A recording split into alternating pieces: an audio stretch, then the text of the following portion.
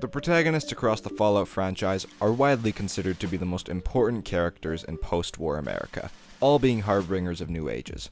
However, everyone always asks who the Fallout protagonists are or where they are, but always fail to ask, are they circumcised? That's where I come in, bringing you the questions nobody wanted to know. So today, we're going to be taking a look at every protagonist in the Fallout franchise and using facts and logic to determine whether or not they're circumcised. Roll title card.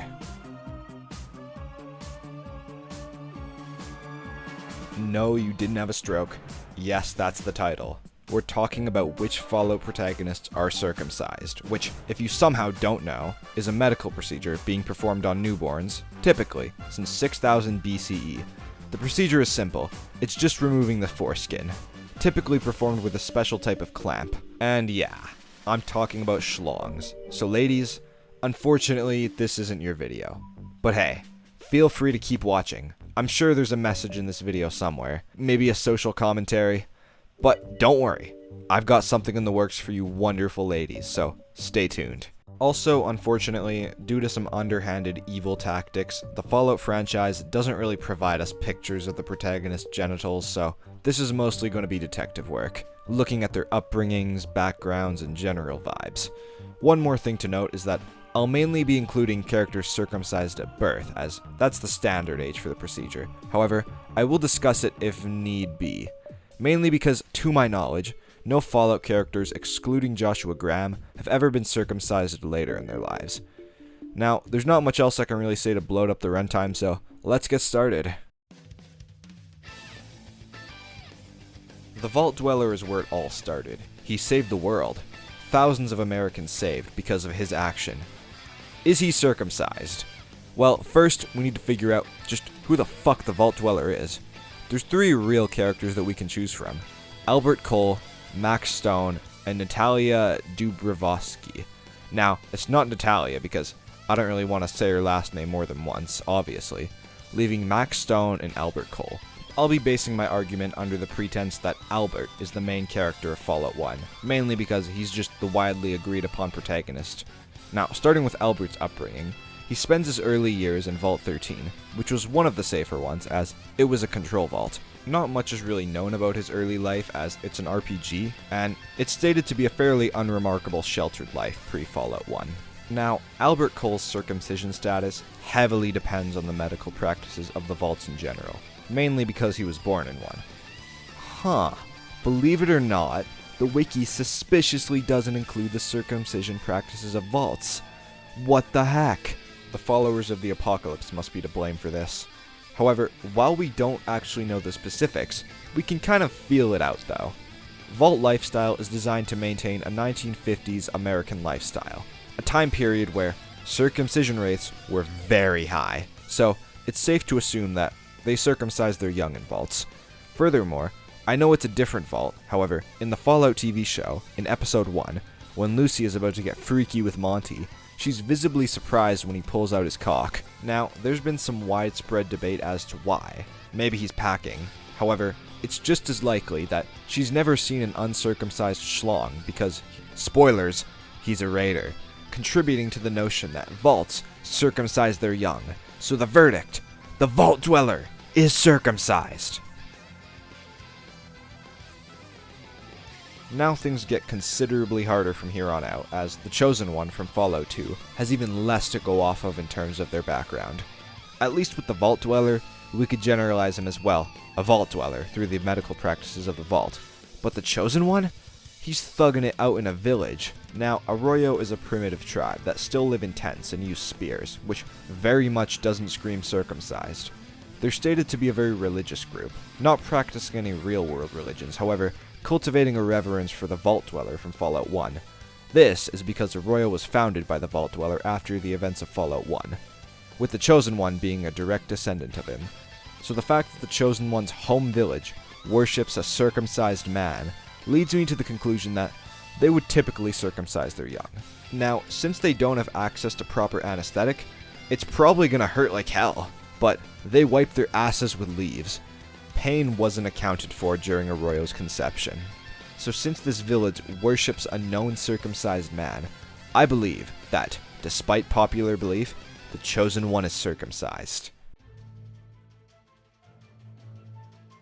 The Warrior, despite having possibly the worst title of any Fallout game, is still, unfortunately, an entry of this list because he's the protagonist of a Fallout game. Now, the Warrior is the playable character of Fallout Tactics, who starts the game in a tribe, much like the Chosen One. However, the Warrior has an even harder upbringing because he lives in Chicago.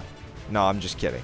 There is even less stated about the Warrior's tribe than the Chosen One, as it's an unnamed tribe and nothing is stated about it on the wiki, and I refuse to play Fallout Tactics again. All of this leads me to believe that the Warrior wasn't circumcised at birth. However, his past is irrelevant. The pivotal point of his story is getting recruited into the Brotherhood of Steel, who I would consider to be a religious cult, who believe in some quasi-religious, technocratic military order that kinda just want technology. Usually. Now, there is once again no evidence or mention of the Brotherhood circumcising their recruits, which bodes quite well for the Warrior's foreskin. So, the Warrior is proudly uncircumcised. Oh boy, I bet you're excited to hear me talk about Fallout Brotherhood of Steel, baby. This game's protagonist is known as the Initiate, a solid step up from the fucking Warrior. And like every other classic Fallout game, you have multiple characters to choose from. However, unlike every other classic game or every game in the series, you can't make your own character. You have the choice of Nadia, who doesn't have a penis, Cyrus, who is our third tribal in a row, and Kane, who is a ghoul who I think would be cool to discuss because there aren't any ghoul protagonists in the series that I can reasonably discuss in this video without getting a restraining order from Walton Goggins. So Kane is a ghoul. However, we don't know anything about his early life, much like everyone else. All we know is that he's a remnant of Set's ghoul army from Necropolis in Fallout 1. Now, it's not explicitly stated if Necropolis ghouls are religious.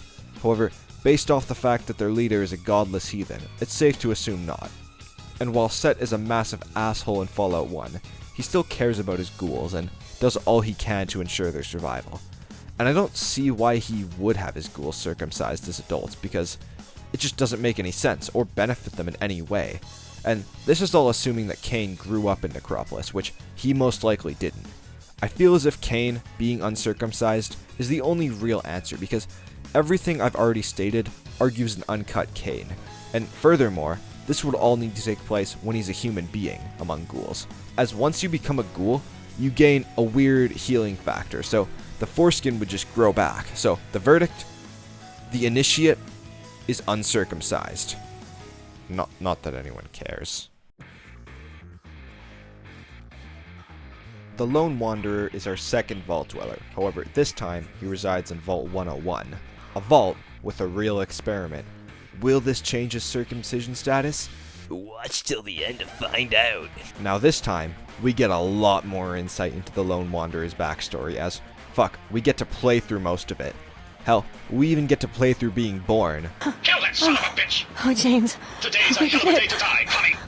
However, they leave out the part where we get circumcised, if it even happens. It's debatable that the Vault would even circumcise Baby Wanderer, however, that doesn't matter because the Lone Wanderer wasn't born in Vault 101, making him a Wasteland native. Now, when there aren't Vault regulations or tribal practices in play, then it becomes really damn hard to pinpoint whether or not they're circumcised. In this case, we're going to have to base it off the parents' views. James and Catherine are both dedicated scientists that were also devout Christians, who, unlike some other religions, I'm looking at you, Arroyo, don't always circumcise their young, at least in recent years.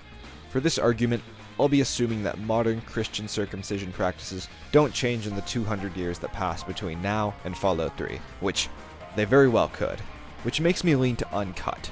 And the Lone Wanderer being a wasteland birth is further evidence that, despite common misconceptions, the Lone Wanderer is uncircumcised, which could possibly explain why the Lone Wanderer feels so alienated from the Vault during his time there. This is the moment you probably clicked on for. Is the Courier circumcised?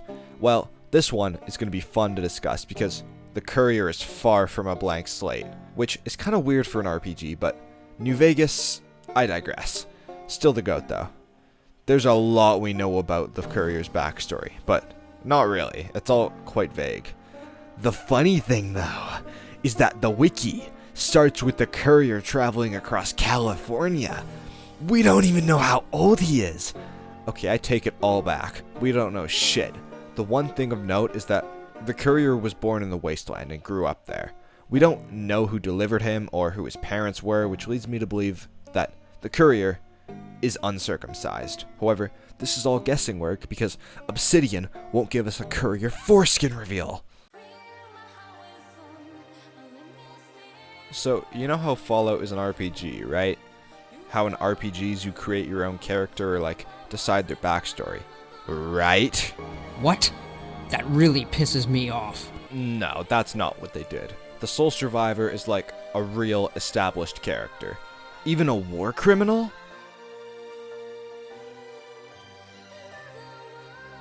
Now, for the video, we're strictly going to be talking about the Sole Survivor pre-war because I don't see him getting circumcised at the age of like 30. That is, unless he goes to the glowing sea without Rad-X and in survival mode.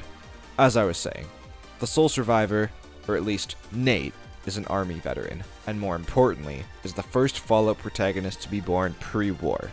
And while we don't know enough about the pre-war Fallout world to really make a decision, however, we can piece a circumcision narrative together based on what they give us. The Fallout world, up until 1945, is identical to our world. However, after World War II, the timeline split, and the Fallout world leans more towards a retro 50s aesthetic with 50s style aesthetics, capitalism, and hell, even 50s style political tensions. And what were the 50s known for?